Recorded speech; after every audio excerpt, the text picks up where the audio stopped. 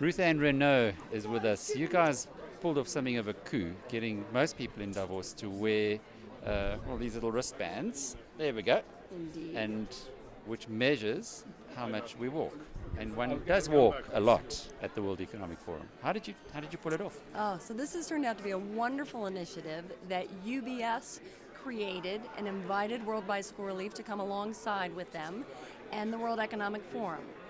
Created this program called the Davos Challenge. But how did you pull it off? So how we pulled it off was really by taking the proposal to the World Economic Forum and presenting to them the idea of engaging the delegates in the issue of education that so many people care about, but highlighting an aspect of that, the invisible barrier of distance, by inviting the participants to walk the distance that many children in rural South Africa walk each day to get to school, 6 kilometers. Now, I like it because we're South Africans and you're doing it for South Africa, and many people forget that South Africa does have a lot of poverty in the rural areas. But why did you decide to choose my country?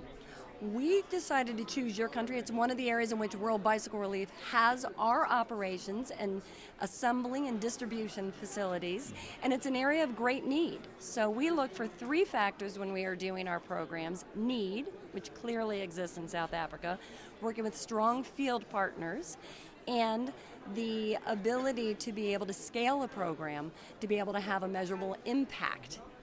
How many of these did you distribute? We distributed all 1,000 of them in the first day and a half of the program. And how's it been going? Are people walking maybe a bit more than they have been because, like me, they want to have or contribute to giving a bicycle to a needy cause? Based on the people that are stopping by our information kiosk to check on their distance and to see what they've done and to then understand how many bicycles that is translating into, I'd say that there's very strong interest. How many bicycles might you get?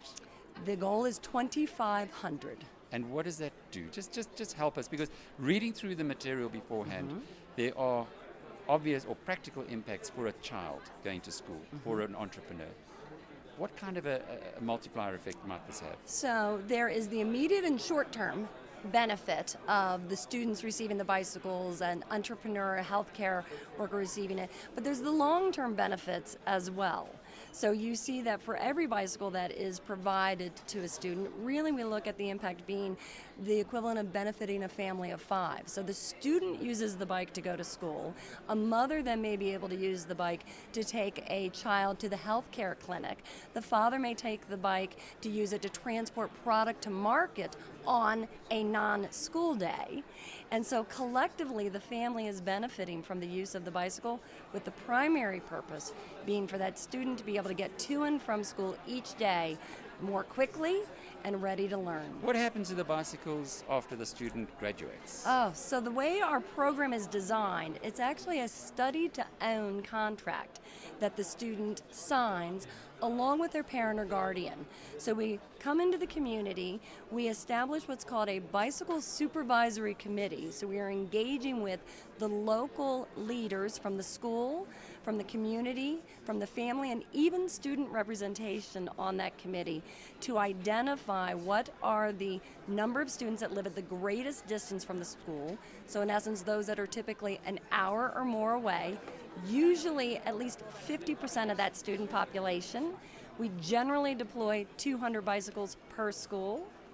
The committee chooses, and in that process, 70% of the bicycles are targeted to girl students. Well, I can't wait to go and see some of these. Ruth Ann, thank you. It's a wonderful initiative, and the fact that it benefits South Africa, and you've got some of the more, the elite of the elite, who are walking the streets of Davos rather than taking cabs and limousines, in helping rural South African ladies, young girls rather, get a little foot ahead is just great stuff. So thank you. Thank you.